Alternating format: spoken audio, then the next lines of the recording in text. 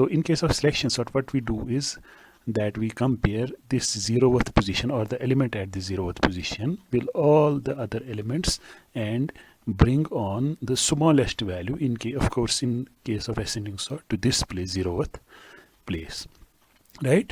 Then we'll take up this position, the index 1 position, and we'll find an appropriate element for it. For that, we'll compare this element, which is currently 4, with the rest of the elements, and the smaller one would take its place, or the 4 would be displaced to some other place. Same for 5. 5 would be compared to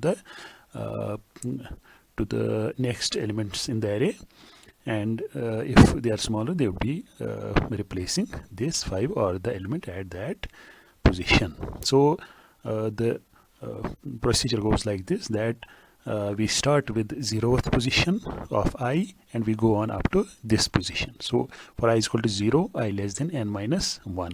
So what is n here? N is the limit of this array. N is equal to 5 here. That is total number of elements in this array. Of course, the index would go from 0 to 4 only. That is n minus 1, right? So it would be going from 0 and less than 5 minus 1 means less than 4. That means up to 3. So why we are going up to 3 only, that we'll be seeing later on, right? Or if you just want to have an idea, let me tell you in continuation with the discussion that we did just a few moments back, that this element would be compared with all the other elements, subsequent elements. So for this 1 or the 0th position, we have certain subsequent elements.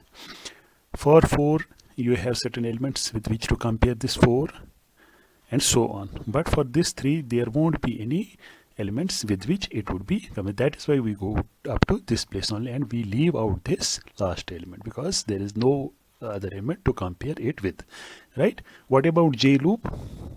J loop would be starting with I plus 1 and going right up to n, and then would be incrementing the J iterator. Right? How about this? J is equal to I plus 1. This means that whatever is the value of I would be starting J with the value next to I. That means if I is 0, J would be starting from 1, and then we'd be comparing ARR or array ith with array jth, right? So for example, take the example here. If I is equal to 0 and J would be starting from 0 plus 1, so J would be 1. That is exactly what we have shown here. So let's take this line. It says that when I is equal to 0 and J is equal to 1, array I would be 1, as you can see here, array 0, and array J, that means array 1th, it would be 4. So it would be comparing 1 with 4. Is 1 greater than 4? No. If that would have been the case, would have swapped the two elements, that is array I and array J. So for this comparison, since it is false, so would be doing no swapping at all. What would instead happen? Instead, J would take the next value. So J was what? I would remain 0. I hope you know how the nested loops work. For every iteration of this outer loop, inner loop takes all its iterations. So when I is equal to 0, J would be taking all its iterations.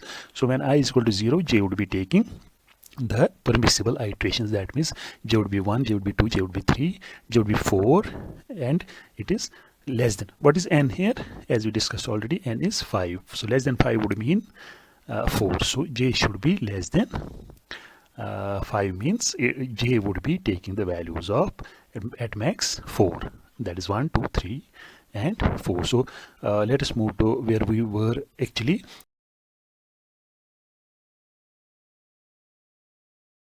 Now J would be 2, I remaining as 0, right? So it would be comparing ARR 0, that is 1, since 1 is there at the 0th index, and would be comparing it with 5 because it was previously compared with what? 4. Now it will be compared with 5, and be asking the question again, if ARR is greater than ARR J, that means this element and this element we are comparing, is 1 greater than 5?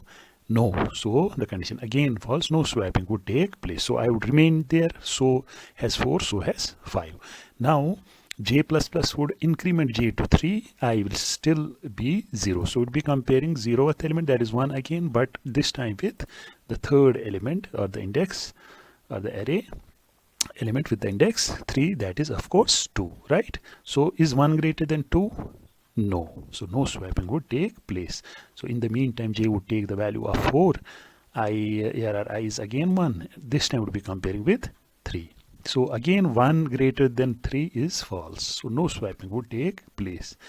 So with this we ended the first pass, as we call it, when I was 0. So what is important for us is, besides that no swapping took place, the important thing is that the array 0th or the 0th cell of the array is now sorted, irrespective of whether any swapping took place or not, as I said earlier also.